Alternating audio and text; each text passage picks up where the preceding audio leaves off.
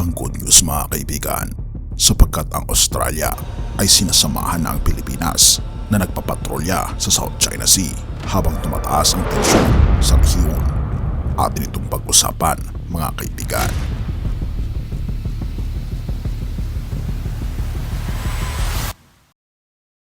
Kung bago ka lang kaibigan sa ating channel at nais mong suportahan ang ating channel, ay nanyayahan kita na mag-subscribe sa ating channel at i-click ang notification bell upang maging updated ka sa mga content na katulad ito. Salamat ng marami. Australia at Pilipinas nagsimula na magkasamang magpatrolya sa South China Sea habang tumataas ang tensyon sa rehiyon. Sinabi ni Richard Marles na ang dalawang bansa ay committed sa isang mapayapang rehiyon kung saan ang sovereignty at mga pagkasundo ang patakaran at norma ay nirerespeto. Ang HMAS Toowoomba frigate ng Australia ay makikilahok sa magkasamang patrolya sa South China Sea. Makikita sa larawan ang itsura nito. Nagsimula na kasi ang Australia at Pilipinas na magkasamang magpatrolya sa karagatan at kalangitan sa South China Sea habang maingat na binabantayan ng mga bansang nasa Pasipiko ang isang lalong umuusbong na nagmamatigas na China.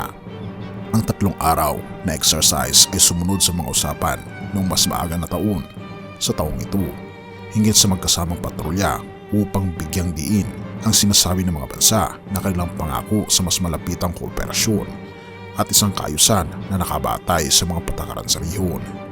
Ito rin ay ilang araw matapos na gawin ng Maynila ang parehong hakbang kasama ang Estados Unidos na nagtapos ng patrolya na nagsimula sa mga tubig malapit sa Taiwan.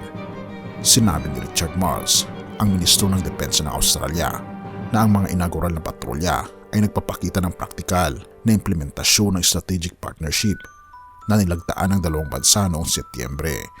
Ang Australia at Pilipinas ay buong loob na committed sa isang mapayapa, ligtas at maunlad na rehiyon kung saan nirerespeto ang soberanya at mga pagkakasunduang patakaran at mga norms.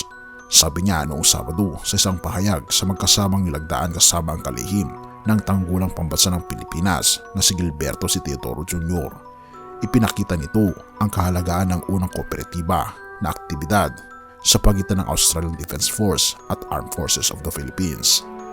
Sinabi ng tagapagsalita ng Departamento ng Tanggulang Pambansa ng Pilipinas na si Arsenio Andalong na ang patrolya ay sasagawa sa West Philippine Sea, ang termino ng Maynila, para sa mga tubig sa South China Sea na nasa loob ng kanyang exclusive economic zone.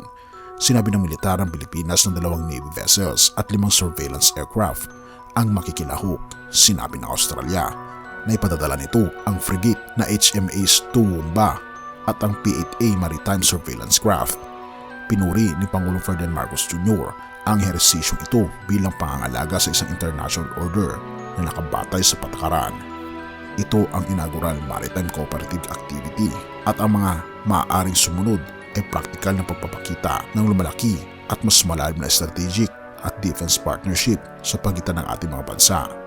Sabi niya ito sa ex-dating sa Twitter.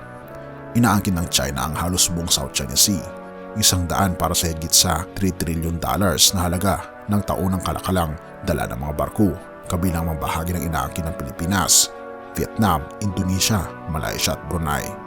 Noong 2016, sinabi ng Permanent Court of Arbitration na walang legal na patayan ang mga hinihingi ng China. Ang Pilipinas ay nagpapalakas ng pagsusumikap upang labanan ang tinatawag nitong agresibong aktibidad ng China sa South China Sea na naging sentro ng tensyon sa pagitan ng operasyong pandagat ng China at Estados Unidos. Inaakusahan ng China ang Pilipinas nagpagkasangkot sa dayuhang puwersa para magpatrolya sa West Philippine Sea. Nanindigan naman ang Maynila na ang mga aktibidad sa karagatan ay nasa ilalim ng kanilang karapatan. Noong mas maaga sa taon, ipinangako ni Prime Minister Anthony Albanese na dadalhin ang ugnayan ng Australia sa Pilipinas sa mas mataas na antas matapos pirmahan ng dalawang bansa ang mas malapitang ugnayang pangtanggulang at pangsigurdad.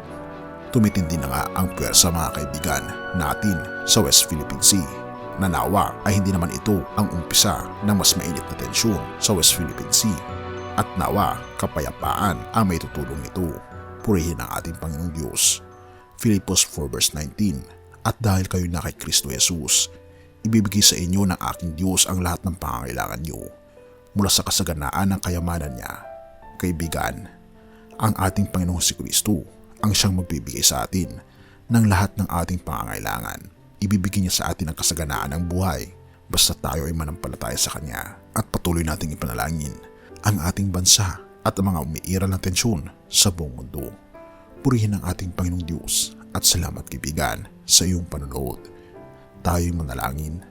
Ama naming banal, mga Panginoon naming Diyos, kami po'y lubos na nagpapasalamat sa inyo pong pag-aalaga sa amin, pagtatanggol sa amin at sa pagbibigay ng aming mga pangangailangan. Patuloy niyo po Panginoon na ibigayan niyo pong proteksyon sa bawat isa. Ipakita sa amin Panginoon ang kahalagahan ng may pananampalataya sa inyo. Inyo pong gabayan ang umiinit na tensyon sa pagitan ng mga bansa na nawa ay magkaroon ng tunay na kapayapaan. Maghari nawa ang aming Panginoon Jesucristo sa puso ng bawat isa at patawarin po kami sa lahat ng aming pagkukulang at pagkakasala pagkat ito ay aming samutiling sa matamis na pangalan ng aming Panginoon Jesus. Amen.